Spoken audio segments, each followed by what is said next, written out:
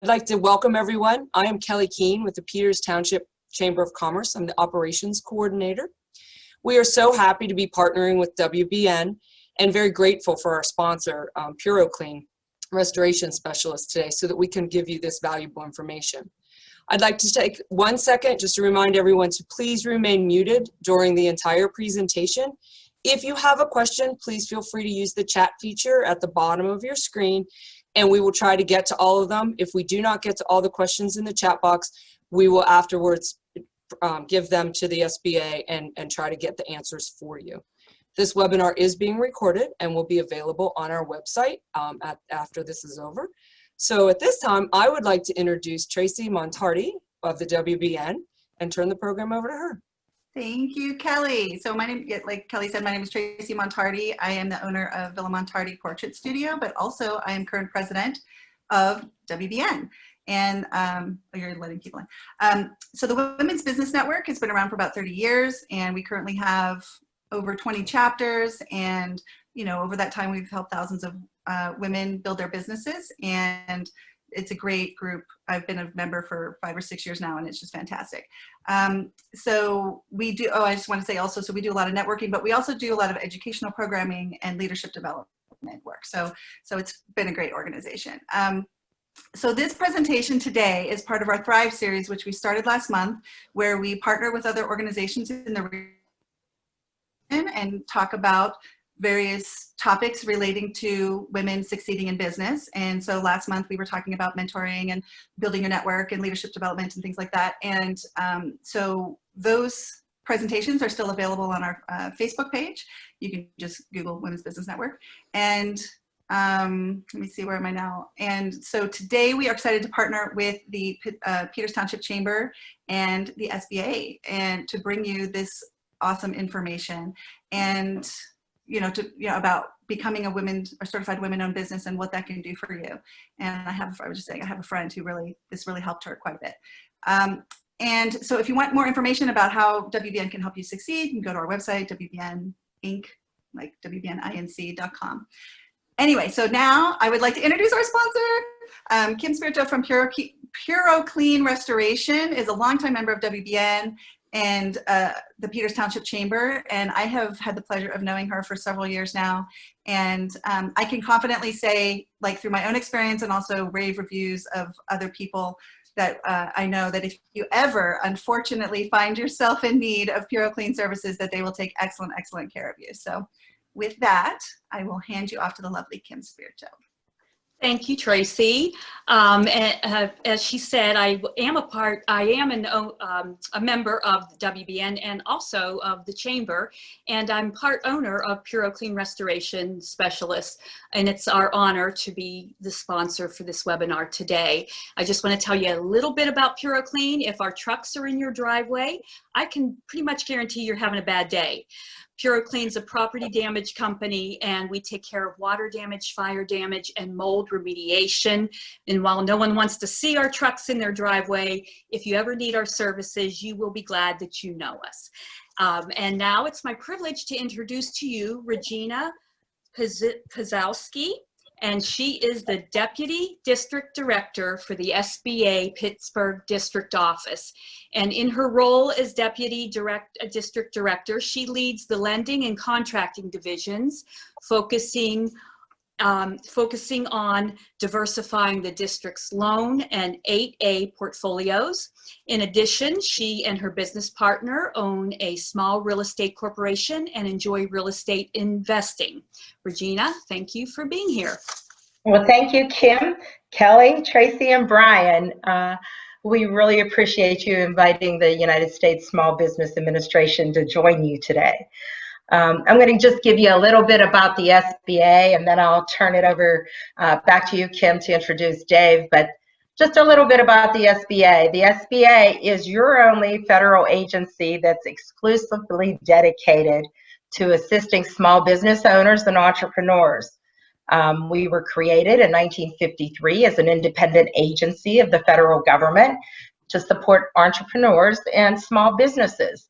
And we do that by assisting them in starting, growing, and expanding their business. Additionally, the SBA provides targeted recovery support in the event of a declared disaster. And I'm sure a lot of you are familiar with the EIDL program that was incorporated in with the CARES Act with the pandemic. And those areas, not just with the pandemic, but in many natural disasters, declared disasters, the SBA steps in. The SBA, we work in conjunction with our resource partners. Some of you may be familiar with them. They are the Small Business Development Centers, the Women Business Centers, the SCORE chapters. These organizations provide free one-to-one confidential business counseling. We're very fortunate, and you guys are very fortunate in this area here.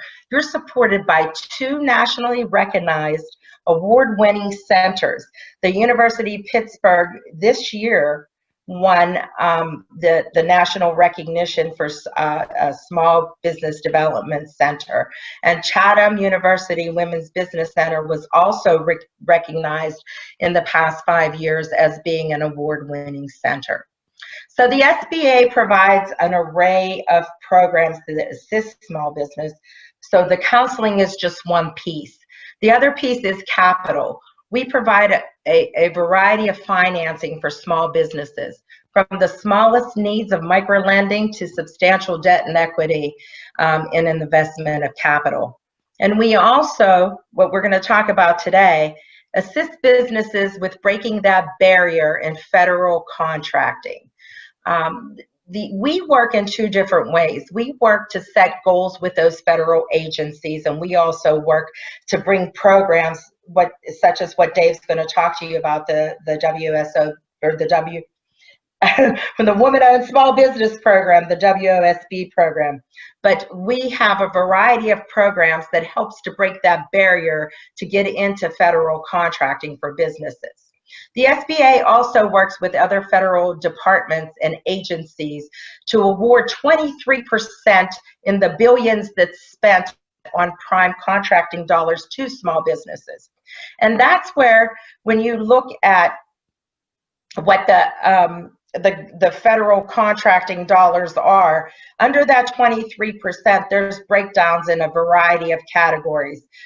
When Kim had mentioned during my bio, the 8A portfolio, that's to assist the disadvantaged businesses in getting into federal contracting.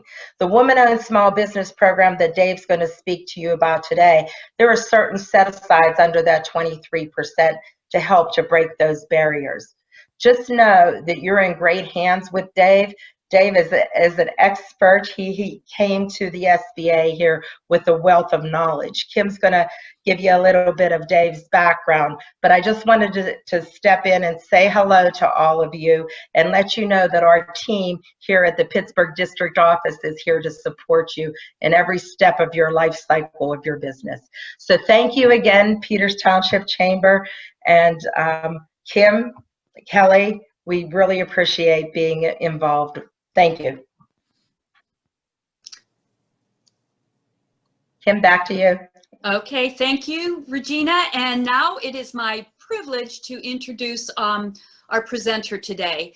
As a business opportunity specialist of the SBA, Dave Pinkowski crisscrosses the 27 counties served by the Western PA District and helps entrepreneurs and small business owners increase their revenues and cash flow through the SBA's numerous federal contracting opportunities.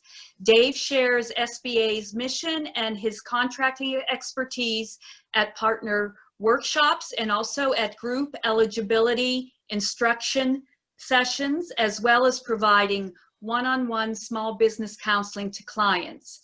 Dave, thank you for being here, and we look forward to what you have to say. Thank you very much, Kim. I'm very excited to be here, as Regina said. This is actually the fun stuff for us at the SBA, you know, getting out, working with clients. Obviously, before the pandemic, we spent a lot of time out on the road, working in those 27 counties as much as possible and providing the assistance we can to help companies get where they want to go. Like Regina said when she started off, our mission is to help you grow, expand, you know, no matter where you're at in business, and anything we can do to help you do that, we are more than happy to, and we're all about it. So we're going to talk about the Woman-Owned Small Business Program today. And it's a really great government contracting program. And it's one of our 4 socioeconomic programs. We have the Woman-Owned Small Business Program, the 8A program that Regina mentioned. We also have a service-disabled veteran and veteran-owned small business program. And then we have the HUBZone certification program. And HUBZone is historically underutilized business zone. And basically, those are just demographic groups. If you happen to belong to one of those groups and qualify for those programs, where we actually give contracting preference to businesses, small businesses that are in those programs. So we're going to talk a little bit about those later on, and mainly focus, of course, on the woman-owned program. We'll talk about the actual website, how to get your application submitted, because we have had some pretty extensive changes to the woman-owned program this year that we are actually very happy about on the local level here at the district office. So we'll talk about that. But before we even get to that, I always like to preface my presentations with why pursue federal contracting. With our socioeconomic programs and our small business goals that Regina mentioned, it's really about helping you grow and expand through the use of government contracting. So everything we talk about today and when we're dealing with these programs, and the Women-Owned program is all about helping you expand and grow your business through that lens. Okay, so first and foremost, these are always going to be federal contracting programs. They may have some good things for you that'll help you in the commercial sector, but we're always going to be looking at federal work. So I want to talk about that first. So obviously, why pursue federal contracting?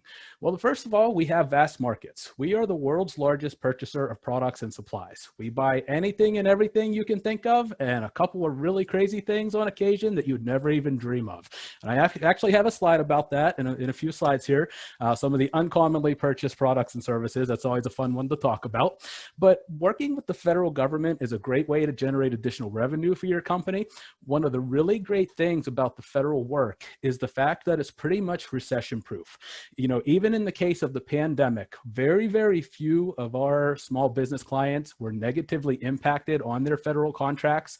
In a lot of cases, agencies such as the SBA, such as ours, we were actually onboarding more people and increasing our capacity and buying more equipment and things so that we could provide assistance through like the EIDL program that Regina mentioned, the PPP and some of our other programs, and get that assistance out there to people when they were struggling or, just navigating all the uncertainty and the fear of the pandemic. It was a national level disaster that had never happened before, frankly.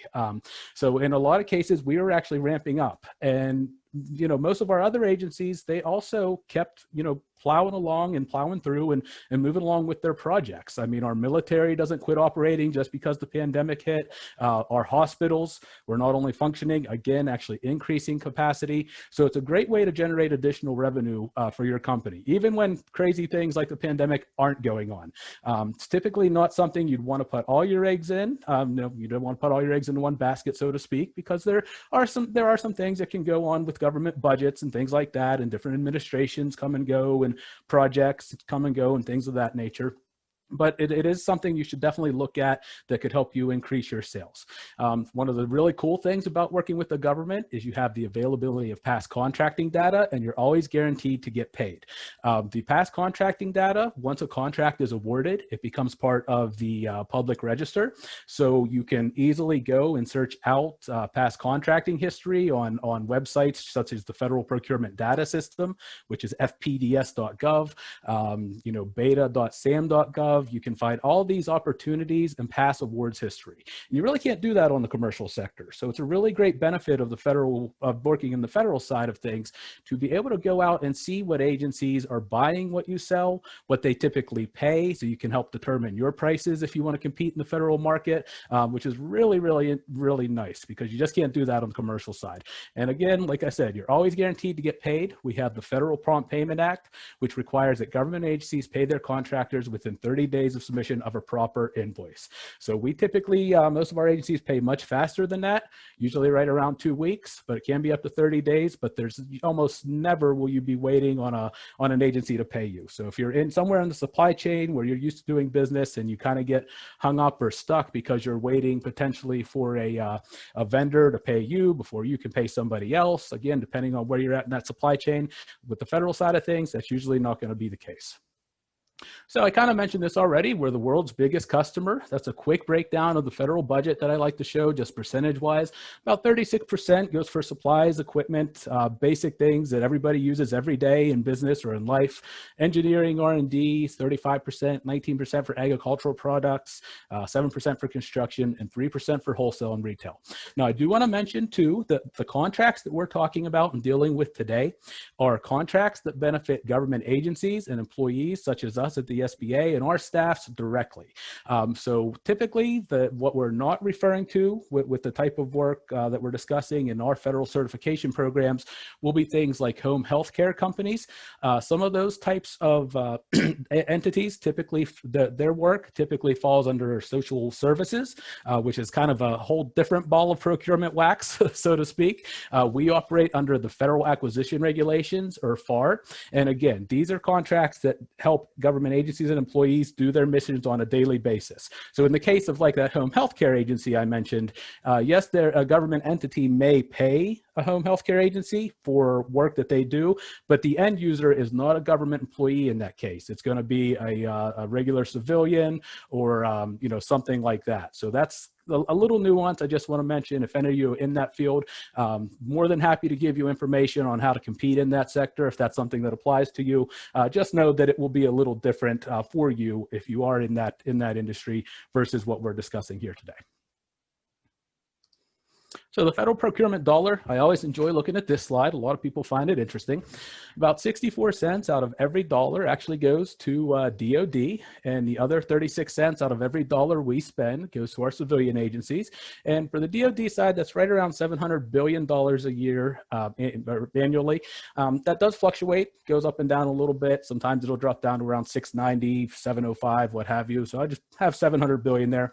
That's a good typical kind of average there. The civilian agencies, though, like I mentioned, that's going to be like Department of Veteran Affairs, Department of Justice, Social Security Administration, GSA, all those entities that you hear about every day that aren't directly related to defense. So pretty much anything outside of the military or defense supply centers that we have multiple centers of located throughout the country. And of course, that money does funnel down through prime contractors and their subcontractors. And just a quick note on that, subcontracting can be an excellent way for you to learn the ropes of the federal sector before you kind of jump into your first prime contract. And keep in mind, when I say prime contract, all that means on the federal side is that the prime business that is serving as the prime contractor is simply the company that has the contract directly with the federal agency. Prime does not necessarily equate to large companies. A lot of times people get really confused about that, and they think to be a prime contractor, you have to be, Boeing or Lockheed Martin or some huge conglomerate or something like that. That is not the case. All prime means on the federal side when we're dealing with contracts is, again, that you have the direct contract from that agency. So commonly purchased products and services, like I said, we buy all the normal stuff that everyone uses every day: food, clothing, office products, you name it, we buy it. We buy more oatmeal cookies than anybody, peanut butter, tires, all that fun stuff that everyone uses on a daily basis. And then, of course, the uncommonly purchased. Now, these are pretty funny. Sometimes when these solicitations come out, cadaver parts, those RFPs, when they come out, are pretty specific. They'll want maybe like 10 left arms, and they don't care if the fingers are on the hand, but they want the shoulder joint and the elbow attached for different things. I don't exactly know what on occasion, but yeah, pretty interesting. Beaver relocation services, piano players for Protestant church services in Okinawa, Japan. One of my favorite ones, actually, that I don't have on here anymore is actually the shrimp on a treadmill. And yeah, that's what I said. I said a shrimp on a treadmill. I didn't have a stroke. But what that is there was actually a government contract that a federal agency paid for a scientist in Oregon to do a study of the health of aquatic life. And obviously, we consume a lot of fish and other animals and things from the ocean, very common food. And he decided that one of the things he was going to do was assess the health of a shrimp. And he did that by building a miniature treadmill in an aquarium. And if you Google shrimp on a treadmill, you can actually go to YouTube and watch this little shrimp running on a treadmill that somebody actually put, the background music is the song from Eye of the Tiger from Rocky by Survivor. And you can watch this little shrimp on a treadmill. And that was actually paid for with government tax dollars. Now, it does sound asinine and it does sound kind of ludicrous, but again, that study actually was very successful. It was very important.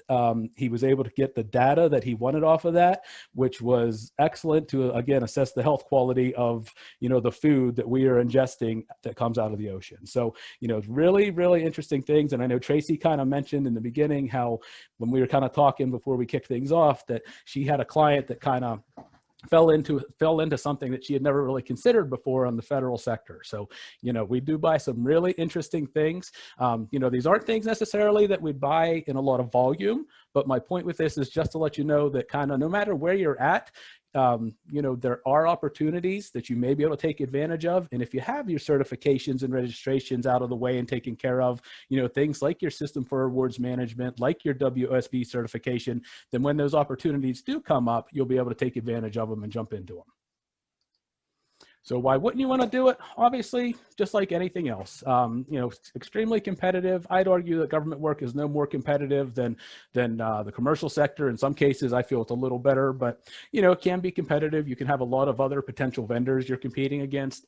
Difficult to identify end users. The example I always use here is there are procurement teams that handle a lot of these procurements, especially on the larger ones. So you're dealing with a contracting officer, and a contracting officer is going to be a professional purchasing expert for the federal government, but that's going to be your point of contact that you're going to have to deal with. However, that contracting officer is a buying expert, and they're not going to be the person that's actually going to use what you're selling. So I always use the example for a VA surgeon. So for example, if you're a medical equipment supply company and you have this brand new type of scalpel or medical tool that you developed, ideally you'd love to be able to market that to the doctor or the surgeon that's actually going to be able to use that item. They're going to be the expert to actually use that on a daily basis. Unfortunately, with government security and things like that, you're not typically going to be able to get to that doctor because, in the case of a surgeon, they're going to be in an operating room all day, hopefully saving lives and doing what they need to do. They're not worried about how they get the scalpel. They just know they need it, so just keep that in mind. Sometimes that can be a little frustrating for people. Obviously, anything with government regulations, reporting requirements, audits, contract audits, not necessarily IRS audits, no guarantees, but like Regina said, there are a lot of great resources. We at the SBA, our small business development centers, WBCs, and also our PTACs. And PTACs are procurement technical assistance centers. And we actually do a lot of referrals, and we work a lot with our procurement and technical assistance centers, just because they are actually funded by the Defense Logistics Agency. They're quasi-government nonprofit entities, so they are not actual federal employees like the SBA, but they are funded by the federal government through the Defense Logistics Agency to be educational resources specifically for government contracting.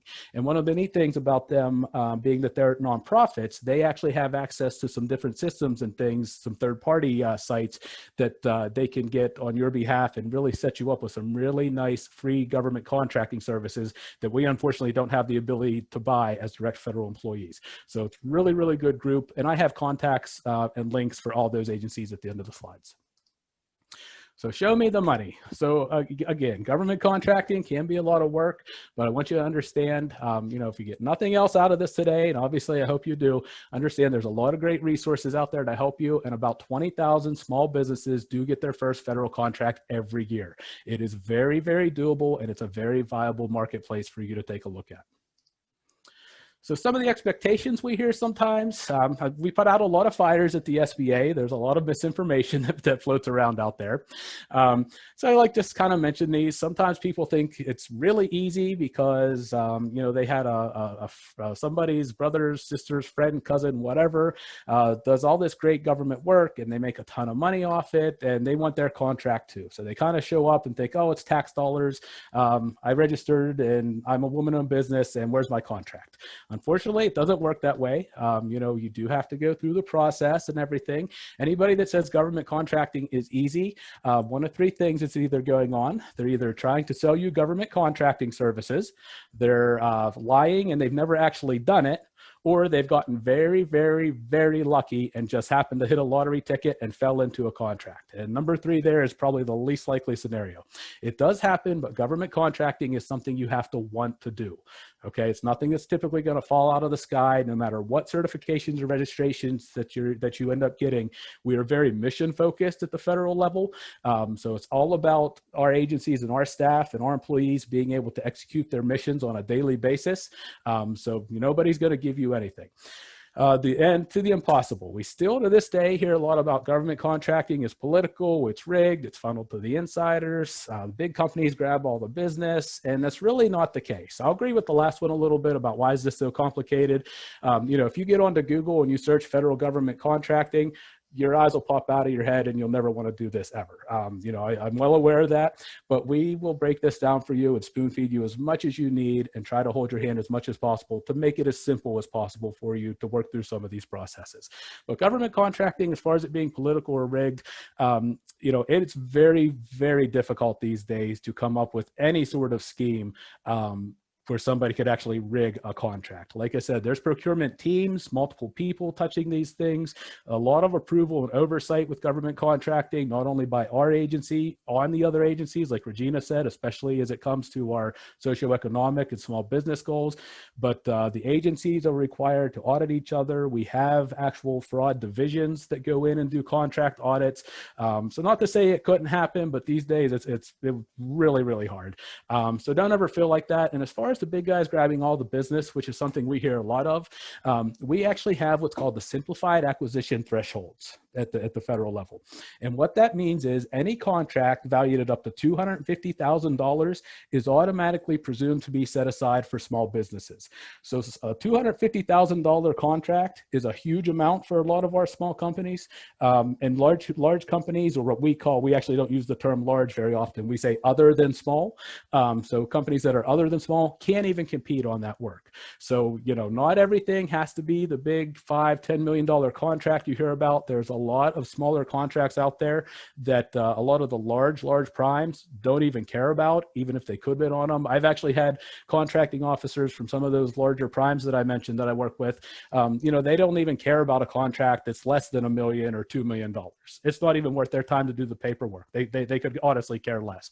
So the 250,000 or less, though, is a big deal for a lot of our small businesses, especially if you're a company that's only got 1, 2, 3 people. That could really make or break your organization.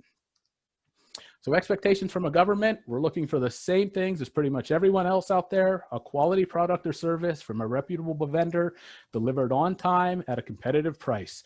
And we're very much about making it simple and easy for contracting officers to buy from you, which is, again, is another benefit of the WSB certification that we're going to talk about. And simply put, our agencies need the best support in the world, and you literally could be in an area or supplying a product or service that could be life-saving.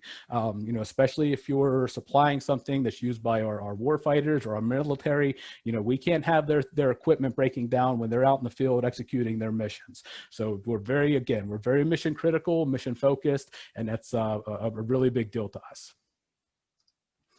So the first thing, again, before you actually, you know, jump into the WSB certification, I always like to just review this, and then we'll actually go and start talking about WSB, is, you know, you want to really take an inventory of your company and be honest with yourself. You know, one of the things you'll have to provide typically for virtually all submissions when you're applying for a government contract is a past success history of successful work you've done in the commercial sector.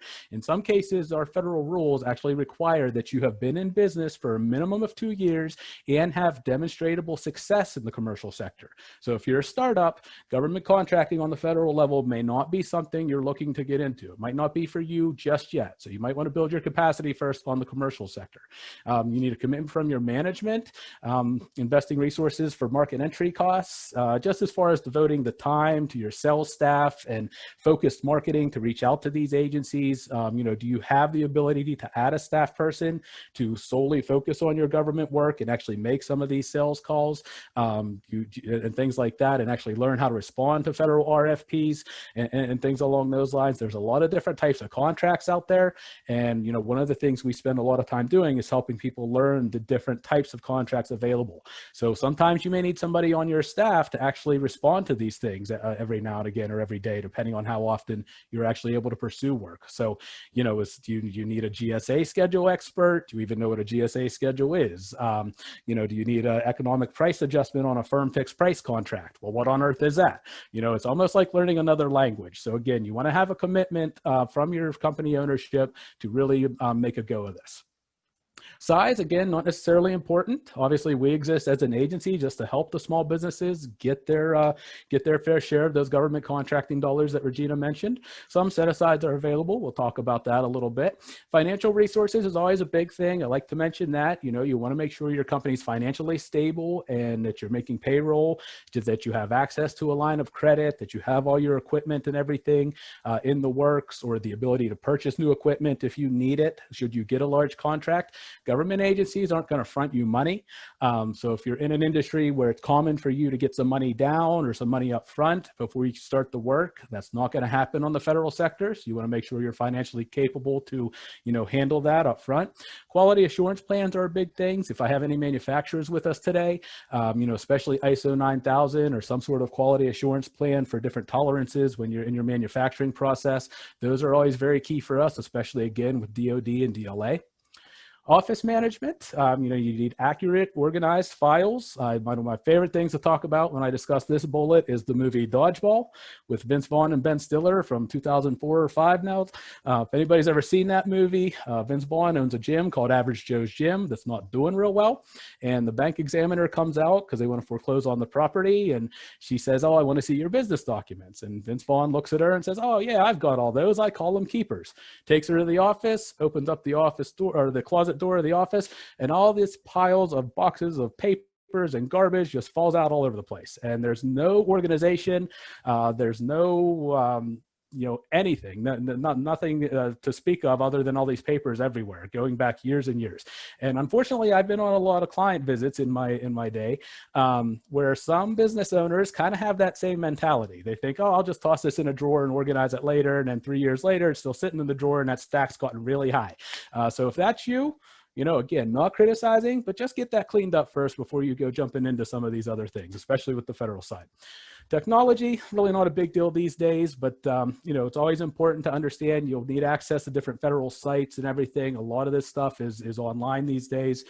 You may need to download special security certificates, especially again, if you're working with the Defense Logistics Agency or certain GSA contracts and things like that. And you always want to ID your core competencies. One of the worst things you can do as a small business, especially if you're a small company with just, again, 2 or 3 employees, is show up to a government agency or a contracting officer and say, "Hey, we can do it all, whatever you need.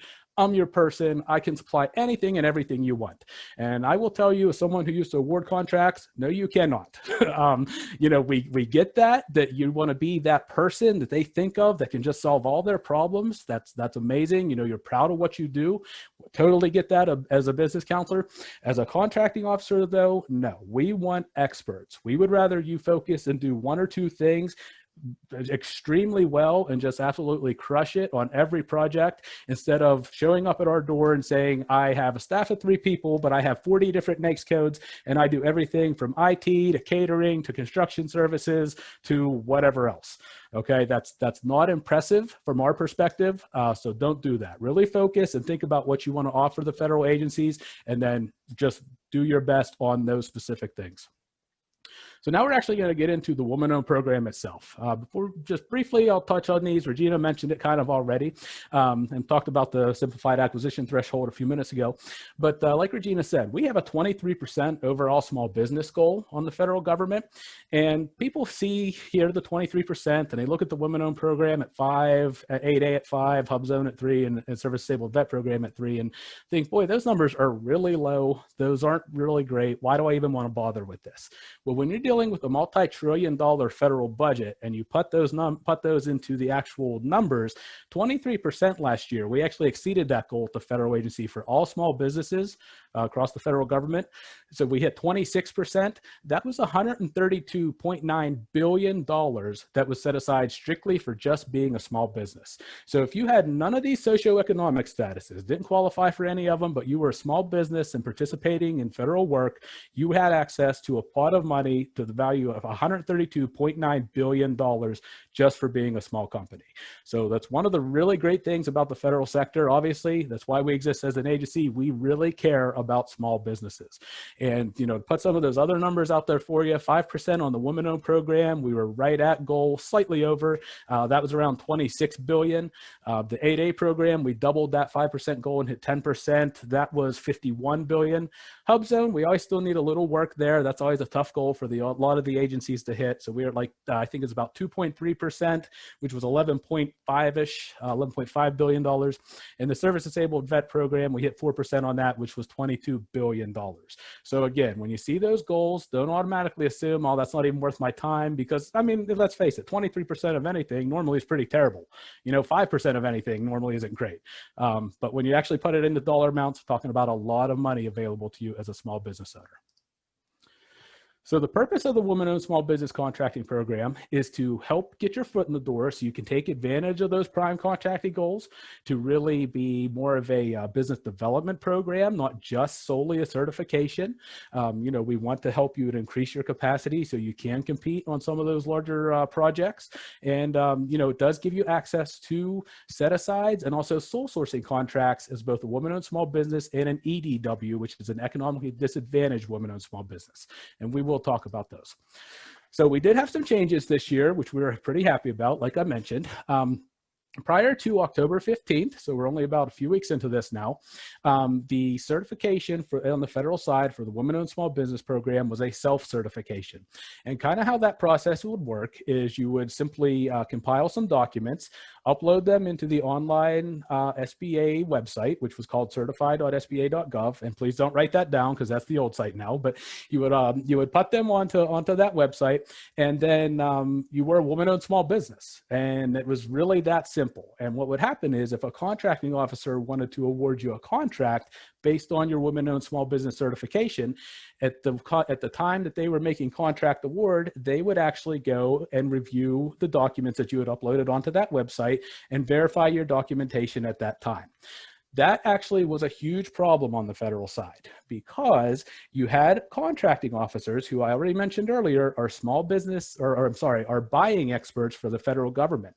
They are not small business specialists. So they were being asked to look at and review documents to make a contract award, potentially valued at a lot of money, as we just talked about, without the proper training or knowledge of what the documentation is they were actually looking at. So they didn't always quite understand, you know, what counted as a small business or a woman-owned small business, you know, what did and didn't, and some of the different licenses and things like that you may need as a business owner. So they're not experts in that type of stuff. So they were in a really tough spot because, you know, they were being asked to do something that really they had no business doing. And it was difficult because a lot of contracting officers at that point started finding out that, oh, if I make a mistake, this award's getting protested, it's ending up in court, turning into these big legal battles. And, you know, like I said, we're very mission focused. So if we have a need for something, it's because we actually need it, which would delay the procurement and everything. So, you know, that was a problem. So what they did this year is they went to a free online formal certification program. So now when you put those documents into the new website, which is beta.certified.sba.gov, and yes, I know it's not the most original name. Whenever we change websites, we end up using just the beta a lot on some of these things. But now once you upload your documents, an actual small business specialist at SBA headquarters will review your documentation and formally put you into the program. You'll receive a letter stating that you are indeed a certified woman-owned small business now, and then you can compete compete on contracts with your status through that pathway. So contracting officers are now out of it, which is great. They don't have to worry about, you know, getting hung up on something they really, again, shouldn't have been looking at in the first place, or making a award erroneously to a woman-owned small business that maybe really wasn't. So now we made it a formal certification process, which is awesome. And again, I do want to mention that's free. The other thing you can do is, and this is a carryover from the kind of the old program, we've always had the ability for women-owned small businesses to use a third-party certifier. We have 4 third-party certifiers in the country that are approved by SBA to help you with the application and issue a certificate for you. However, the third-party certifiers did charge a fee. So sometimes we would have some of our women-owned small business clients would be kind of upset about this in the past, because if they wanted that formal certificate, you know, to either display or to have, so it's just easier to give to someone, you know, if a prime contractor or an agency needed it, they had to pay somebody to get it. So again, you can still do that if you want, because our third-party certifiers do offer a lot of additional benefits in some cases, as far as networking or other opportunities and things, in addition to getting you that certificate. But now, if you do want a formal certificate from the SBA, you no longer have to pay anybody for it. You can get it yourself directly from us. So you want to decide, is it right for you? Pretty much something we look at across all of our socioeconomic programs, especially in the case of the woman-owned program and 8A, is 51% ownership and control of a company. That's always going to be the #1 thing we look at initially, okay? We want to make sure that the person that's claiming the women-owned business status or the disadvantaged status or the vet status, whatever, we want to make sure that not only is that person the owner on paper, but does that person control the day-to-day operations of that business, and can you, do you hold the highest officer position? Now, the highest officer position, there are allowances sometimes for that, because obviously you could have a scenario where, maybe the highest paid person doesn't necessarily equate to highest officer, that sort of thing. So there are allowances for some of those types of things, but typically we really want to see that you have the ownership and control, and that you control that business, not only on the day-to-day operations, but also long-term. And it's very important that you have your proper NAICS codes identified, North American Industry Classification System codes. Those are industry-specific codes that designate what industry you're in and basically what your business does. So it's always very important that you have those properly identified. And the other cool thing, though, about the woman-owned program that I like to mention with this is, I mentioned that 2-year minimum requirement to actually compete on federal contracts. The woman-owned certification is the only certification we have that does not have that stipulation tied to it for the certification. So you can actually get woman-owned certified as a startup, which is really cool. And you may think, well, okay, I can get the certification, but I still have to wait 2 years to compete on government contracts, which is true. But you can actually then build in your certified SBA woman-owned status into your branding, into your marketing. You can really start right off the bat with that as soon as you're in business, and really help build your brand and your company by, promoting that. So it's just something else that's kind of unique about the woman-owned program that we're pretty happy about, to really help you get your business off the ground, hopefully a little quicker, so you can compete on some of those things a little sooner. And then we also, within the woman-owned umbrella, we have the economically disadvantaged portion of this. So basically, all women-owned small businesses, or all economically disadvantaged women-owned small businesses, I should say, first and foremost will be a woman-owned small business. But if you are in specific industries, which again is why it's important to identify your NAICS codes, and there's a whole list of the NAICS codes on the website. I didn't list them all here because it would have been way too tiny to try and see on the slides. But if you're in one of these particular industries and you have personal net worth of less than $750,000, your 3-year average income is $350,000 or less, and the fair market value of all your assets is $6 million or less, then you may qualify as an economically disadvantaged woman-owned small business. And the really cool thing about this is, if you happen to meet this criteria, then this automatically doesn't make you, doesn't automatically certify you as an 8A company, which is our small disadvantaged business program, but it automatically carries over. So what I mean is, these economically disadvantaged requirements are the exact same requirements for the for the economically disadvantaged women-owned small business and the 8A program. So if you identify your NAICS codes, determine that you're in the EDW OSB, you meet this criteria, then we can actually potentially help you get qualified for 2 certification programs, which would kind of streamline things for you a little bit and give you access to the contracts and everything available through the 8A in addition to the WOSB. So I know that's probably a little confusing, but just keep that in mind. That's something we can definitely work with you on individually, you know, as far as, you know, disclosing some of this information and kind of figuring out where you may have the opportunities for the socioeconomic programs. Okay, so now we're going to actually talk about getting into the actual certification. It's honestly, in the grand scheme of things, with government stuff, it's not that bad. And I mean that, and I am the first one, and Regina will tell you, I've known Regina a long time, even before I came to the SBA. I am the first one to start yakking and complaining to people in power whenever I don't agree with something or I have a problem with something. So I have no problems or issues doing that. But this process for what we deal with and go through with some of our other systems, honestly, isn't too terrible. So the first thing you'll want to do is register in the System for Awards Management, or SAM. SAM is the federal government's vendor ID database. Then you pretty much compile your information, upload it to the new woman-owned small business site, which is beta.certified.sba.gov. And then at that point, once you're approved and you receive your letter from SBA headquarters as a woman-owned small business, you want to go back to your SAM record and just make sure that you are being reflected in SAM as a woman-owned small business. So those are really the 3 key steps, but we're going to go ahead and get into a little more detail here. So the first thing you want to do, go to the beta.certified.sba.gov portal, and I have beta highlighted there in red on the first letter there on the top. You want to make sure you're at that portal. I kind of mentioned it earlier, but the old portal, and it's actually where we still have 8A companies housed. If you go to certified.sba.gov, you will actually get an error message if you try to apply for the woman-owned small business program, telling you the program is no longer available. The old Certify site was where we actually had the self-certification, but we have transitioned that over for the new formal certification. So make sure you are on the beta.certified.sba.gov site, okay? So pay attention to that. But that's just a quick screenshot there on the left of the picture of what that site looks like. It does look a little different than the Certify site, so make sure you see that when you go there.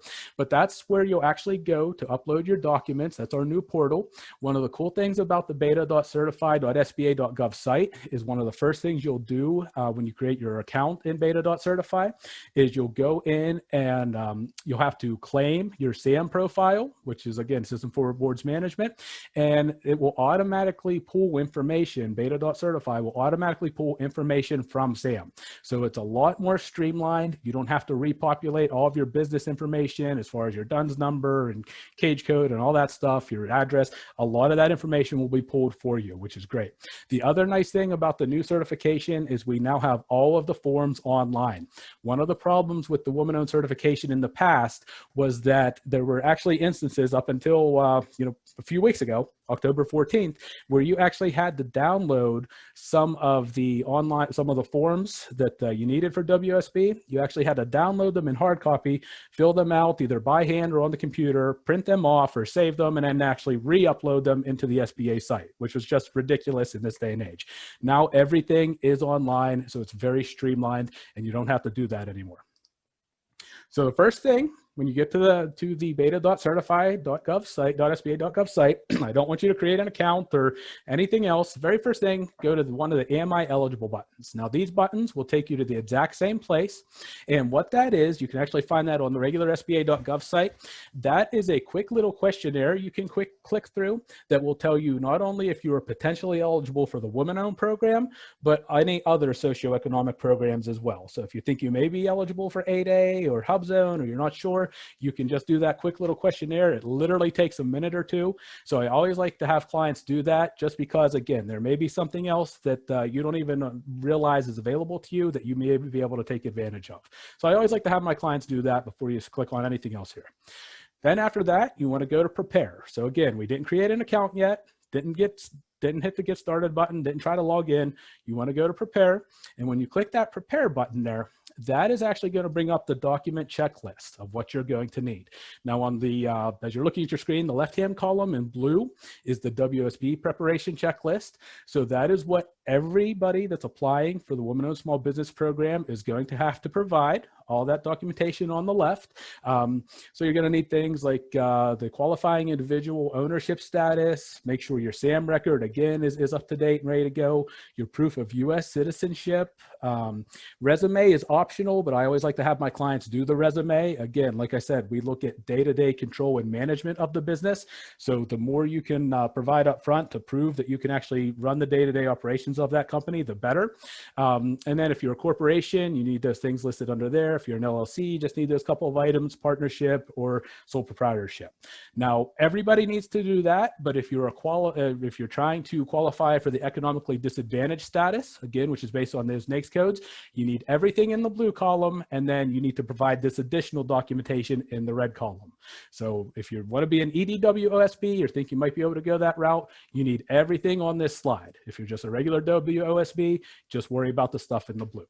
And again, that information is right under that prepare button on the beta.certify.sba.gov website. So then finally, you have your documents together, you know what you want to apply for, then we can finally go to the get started. Now, the first three things it's going to bring up: obtain a DUNS number, register in SAM, which we talked about, and then create your SBA account. So all of these systems talk to each other, but the first system is Duns & Bradstreet. You have to go there to get your DUNS number. It's used all over the world. It's a unique numbering system. So if you have any sort of loans or you pursued financing in the past, odds are pretty good. You more than likely have a DUNS number already. If you already have one, you do not need a second one or a separate one. So you're good there. And then you need to do your SAM registration at sam.gov. And again, that's our actual federal vendor ID database.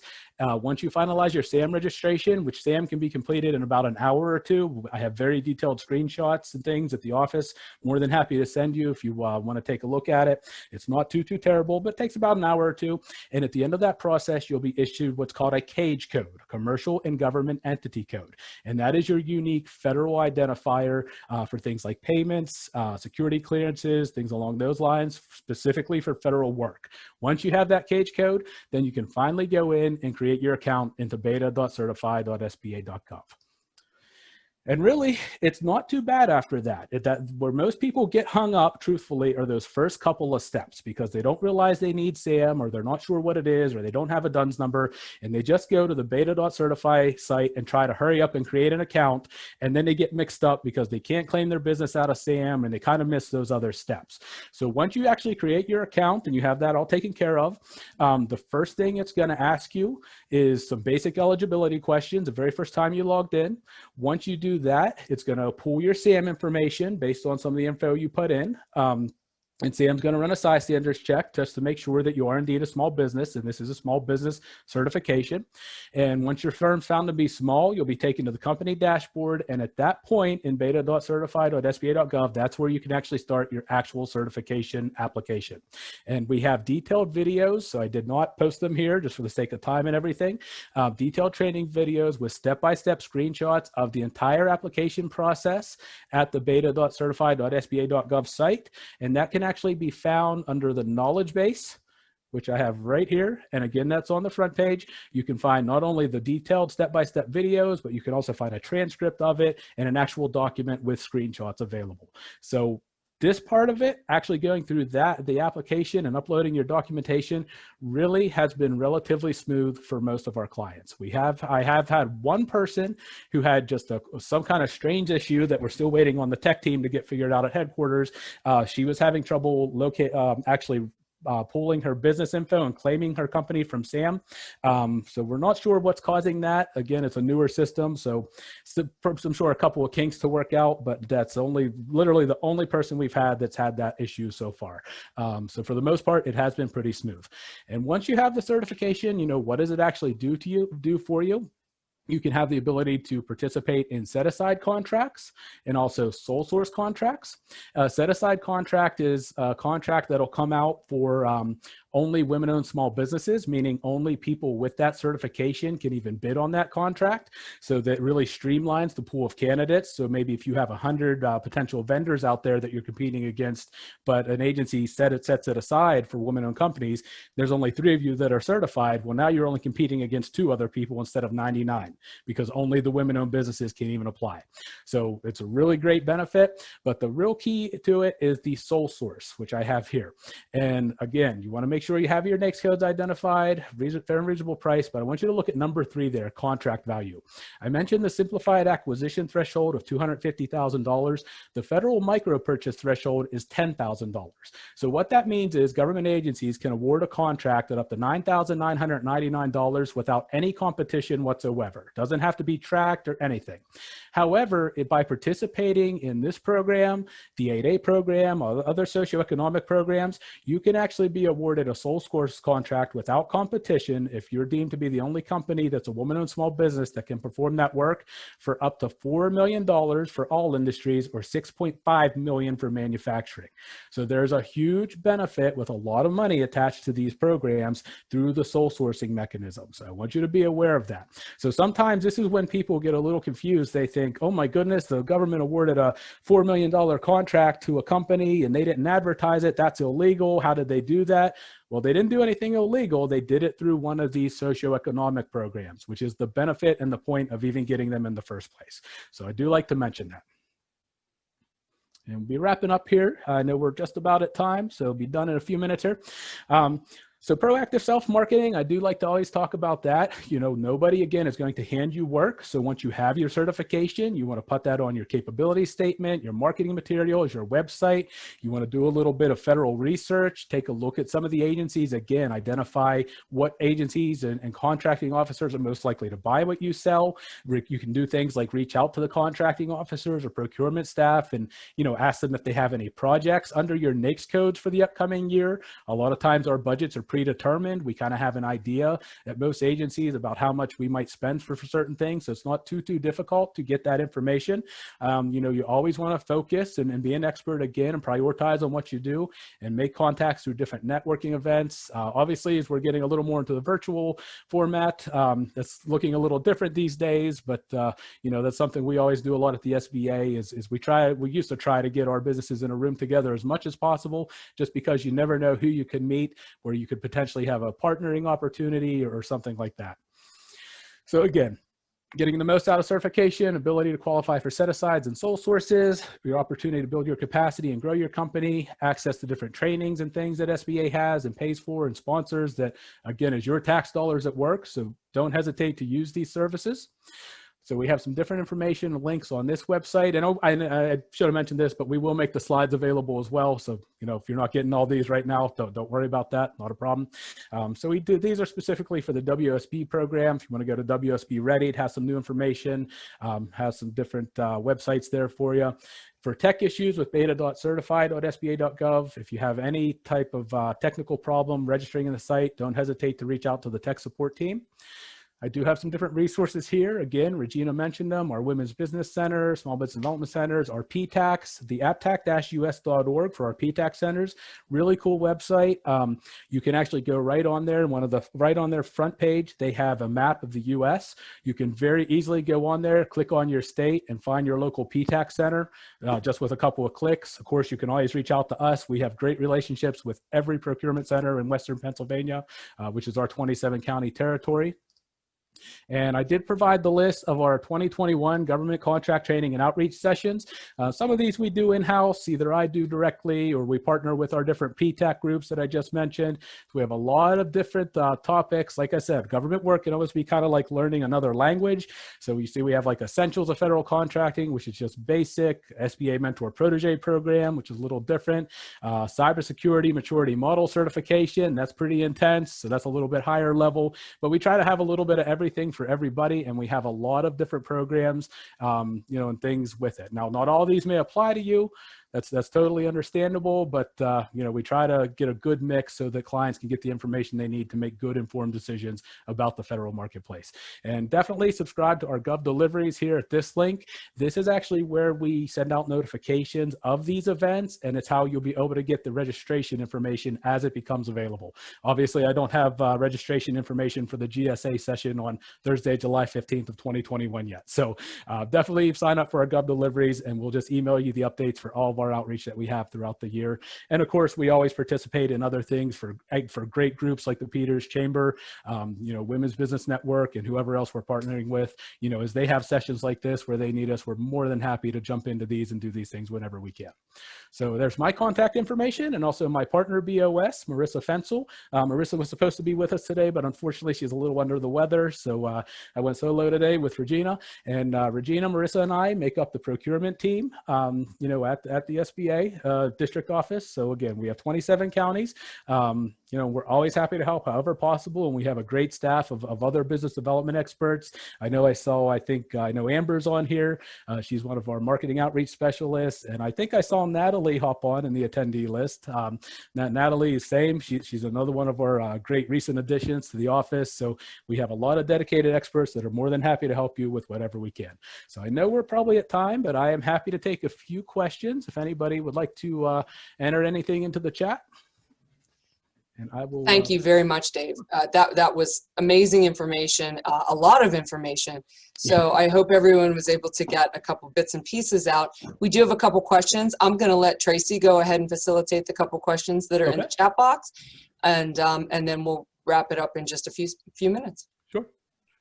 Okay, so we have, what if you filled out the application and then I noticed that I had put no to WOSB and EDWOSB. I have sent to the help that I need to redo the application over and haven't had anyone to reset the application for me. Also, I had to put that it was owned by a trust and it's not. I didn't have my glasses on at the time. Okay. So is there someone that can help her with that? Yes, you did the right thing by contacting the help desk. Depending on when you sent it in, it has been taking a little longer than we would like for the help desk to get back to people. So they're currently at about 2 weeks or so on as far as getting back. Again, it's a newer system and they've been frankly just bombarded with some of those things. We unfortunately don't have access at the district level to be able to reset anything. We don't have access to the site here. That's handled entirely by headquarters. So I would just ask if you could please be patient and just sit tight. They will eventually get back to you.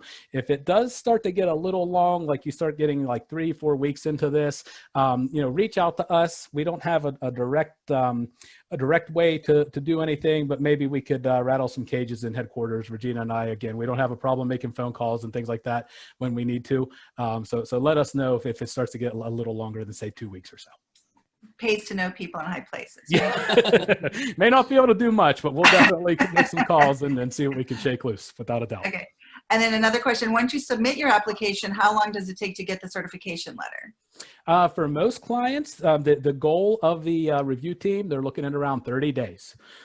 So that seems to be the case because we had some people that were actually, what they did was they actually opened up the portal back on July 15th to let clients kind of preload their stuff, but no determinations were going out until October 15th once the new certification actually went live. But we've had a few clients actually get their letters already within pretty much a week or two of the new portal. So I think they're doing their best to stick to that 30 days.